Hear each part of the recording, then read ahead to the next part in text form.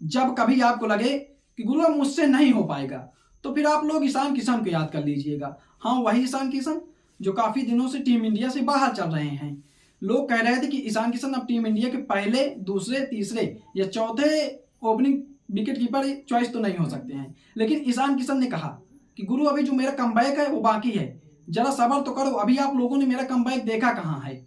और ईशान किशन को जो लोग कह रहे थे कि Ishan Kishan is finished, Ishan Kishan is not finished, Ishan Kishan ने उनको बताया है। दिलीप ट्रॉफी में आज ईशान किशन हीरो बन के निकले। ईशान किशन की चर्चाएं चारों तरफ हो रही है।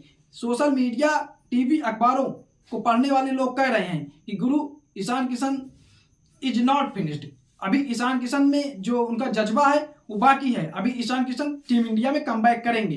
काफी चर्चा ईशान किशन की हो रही हैं। ईशान किशन न सिर्फ अपने टीम को जिताने की जो उम्मीद है उसको जिंदा रखे हैं, बल्कि आज उन्होंने सिलेक्टर्स को भी जवाब दिया है। उन्होंने सिलेक्टर्स को कहा है कि भाई साहब, आप मेरी तरफ क्यों नहीं देखते हैं, आप मेरी तरफ भी देखिए, टैलेंट तो गुरु हम में भी है, हम भी अच्छी परफॉर्मेंस कर रहे हैं। पहले हमने बूची बाबू क्रिकेट लीग में की, उसके बाद हमको दिलीप ट्रॉफी में मौका मिला, दिलीप ट्रॉफी में भी हमने शतक मारा, तो बैक टू बैक हमने 2 शतक लगाए।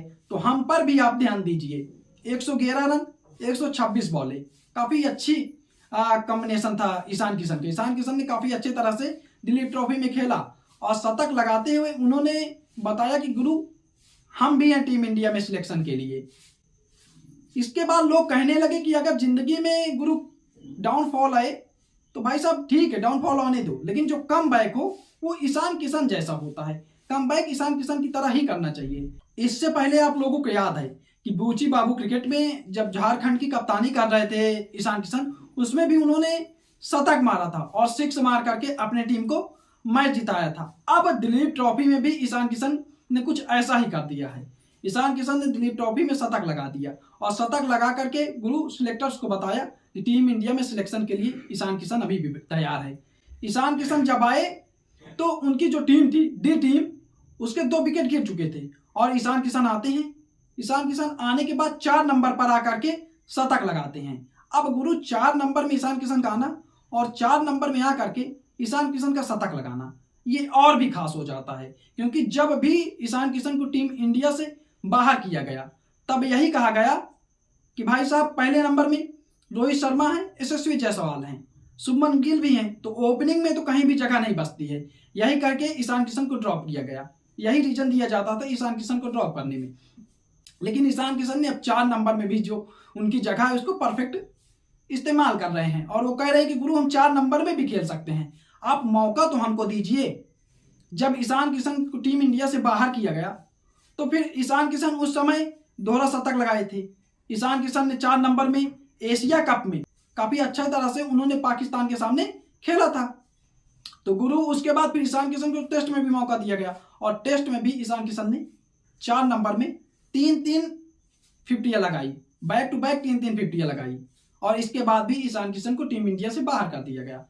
अब जो ईशान किशन का कंपटीशन है वो कहीं ना कहीं 4 नंबर के लिए है और 4 नंबर में विकेट कीपर के तौर पर है, तो विकेट कीपर के तौर पर 4 नंबर पर ऋषभ पंत हो गए, केएल राहुल हो गए। अब इनसे सीधा ईशान किशन का कंपटीशन है।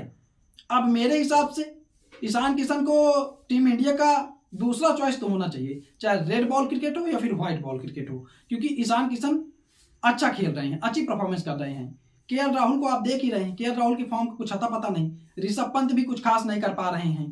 तो ईशान किशन को सिलेक्टर्स को सोचना चाहिए कि भाई साहब ईशान किशन भी कोई बैठा है, ईशान किशन का भी सिलेक्शन करना चाहिए टीम इंडिया के लिए।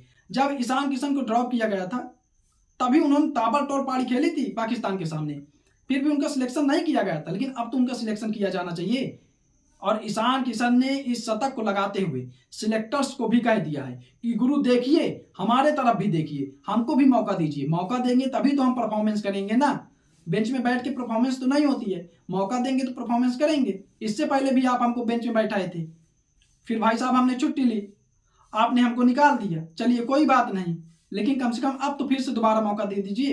अब ईशान किशन अपना काम तो कर रहे हैं, जय शाह ने उनसे जो कहा था कि ईशान किशन जाएं और जा करके डोमेस्टिक खेले, अगर डोमेस्टिक में वो अच्छा करते हैं तो आगे उनके लिए सोचा जाएगा। अब ईशान किशन ने अच्छा कर दिया, जय शाह ने ऐसा कहा भी था, अगर ईशान किशन इसी तरह दिलीप ट्रॉफी में 1-2 और अच्छी परफॉर्मेंस कर देते हैं तो 100% सिलेक्टर्स को उनके लिए सोचना पड़ेगा, उनके विषय में सोचना पड़ेगा और कहीं ना कहीं उनको सिलेक्शन करना पड़ेगा।